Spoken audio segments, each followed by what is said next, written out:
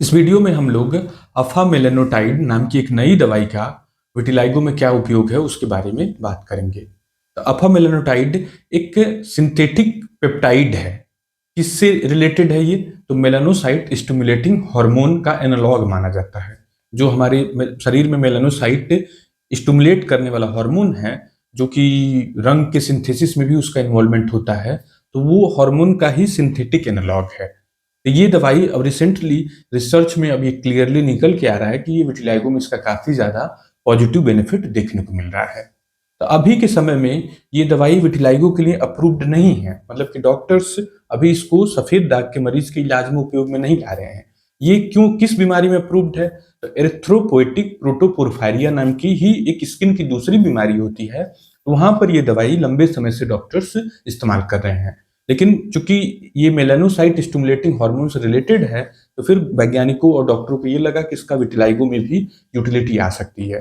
तो फिर इसका रिसर्च किया गया और उसमें इसके काफी ज्यादा पॉजिटिव बेनिफिट देखने को मिले।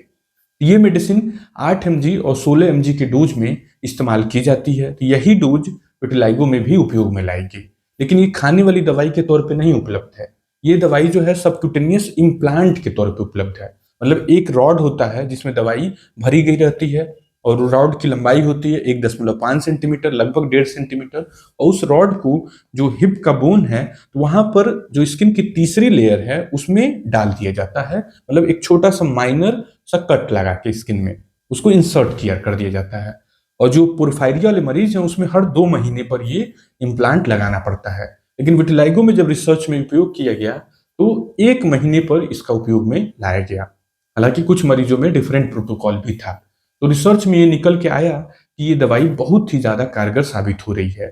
लेकिन इसमें ये ध्यान देने वाली बात है कि ये दवाई अकेले उतना प्रभावकारी नहीं है जितना ये नैरो बैंड यूवीबी लाइट, जो आर्टिफिशियल लाइट होती है, अल्ट्रावायलेट बी जो रोशनी है, उसको जब साथ में उपयोग में लाया गया तो इसके बहुत ज्यादा पॉजिटिव बेनिफिट देखने को मिले। तो होपफुली ये दवाई आने वाले समय में विटिलाइगो में भी रैपिडली यूज होने लगे। अभी क्लिनिकल ट्रायल में, मतलब अभी रिसर्च फेज में है।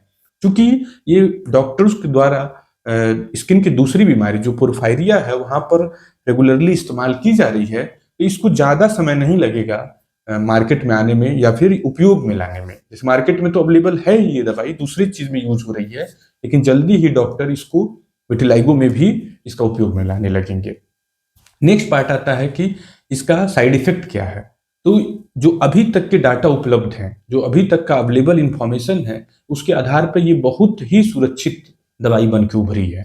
जो मेन साइड इफेक्ट इसका देखा गया था वो देखा गया था इम्प्लांट साइड रिएक्शन। मतलब जहां पे इंसर्ट किया गया, जो हिप, जो कूल्हे की हड्डी है उसके ऊपर इसको डाला जाता है, तो वहां पर ही सूजन होना, थोड़ा ब्रूज बन जाना, दर्द होना, खुजली होना, जलन होना, तो जिसको बोला जाता है इंजेक्शन साइट रिएक्शन। तो यही सबसे ज्यादा मरीजों में देखा गया, जो कि एक बहुत ही माइनर प्रॉब्लम है, थोड़े दिनों में खुद ब खुद ठीक होने वाली परेशानी है। दूसरी और क्रॉप क्या प्रॉब्लम देखे गए, कुछ मरीजों में उल्टी जैसा लगना, नौजिया की प्रॉब्लम देखी गई।